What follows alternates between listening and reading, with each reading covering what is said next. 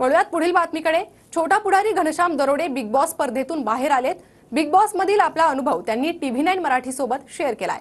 सूरज चव्हाणच्या पाठीमागे खंबीरपणे उभं राहा अशी विनंती देखील त्यानं महाराष्ट्राला केली आहे।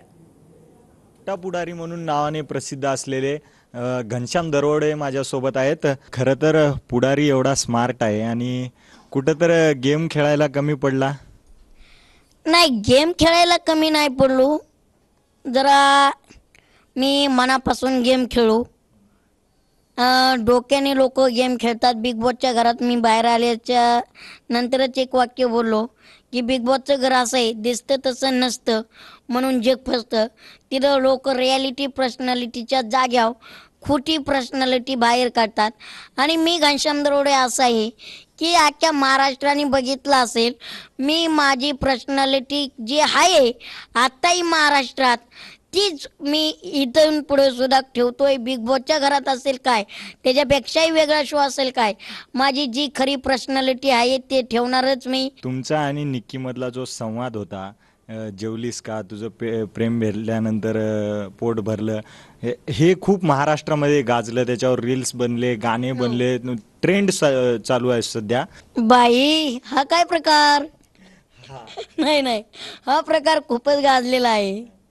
जेवलीस का, कुठला प्रकार, रील्स होत आहेत, ह्याच्यावर टीका टिप्पणीचं कारण काहीच नाही।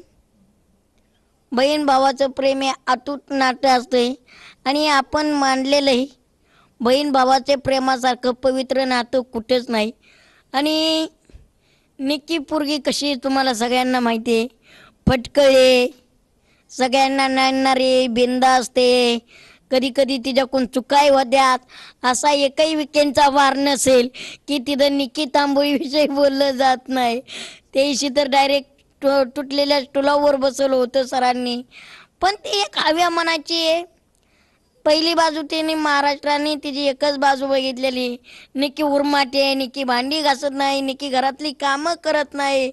पण मला वाटतं महाराष्ट्राने आणि निक्कीला सुद्धा गरज आहे की दुसरी बाजू दाखवून द्यायची।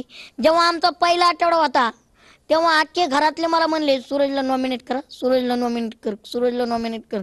कारण त्याला वाचायला येत नाही, त्याला लिहिता येत नाही, त्याला कळत नाही, त्याला सांगता येत तसे कर। मी म्हणले नाही, मला सूरजला नॉमिनेट करायचा नाही, मला सूरजला ठेवायचंय। कारण मी किती खस्ता खाल्ल्यात, मी एक शेतकऱ्याचा पुत्र आहे, तो एक शेतकऱ्याचाच पुत्र आहे। त्याच्या आईवडील नसताना तो कसा पुढं आलाय, आपण किती सपोर्ट केला पाहिजे। त्यामुळे मी अख्ख्या घरच्यांच्या विरोधात जाऊन सूरजला पहिल्याच आठवड्यात मॅच सेव्ह केलता। तरी मला एकच आव्हान करायचंय, सूरज चव्हाणच्या पाठीमागं खंबीरपणे उभा राहा। कॅमेरा पर्सन मनोज सोबत अजय धंजे, TV9 मराठी, मुंबई।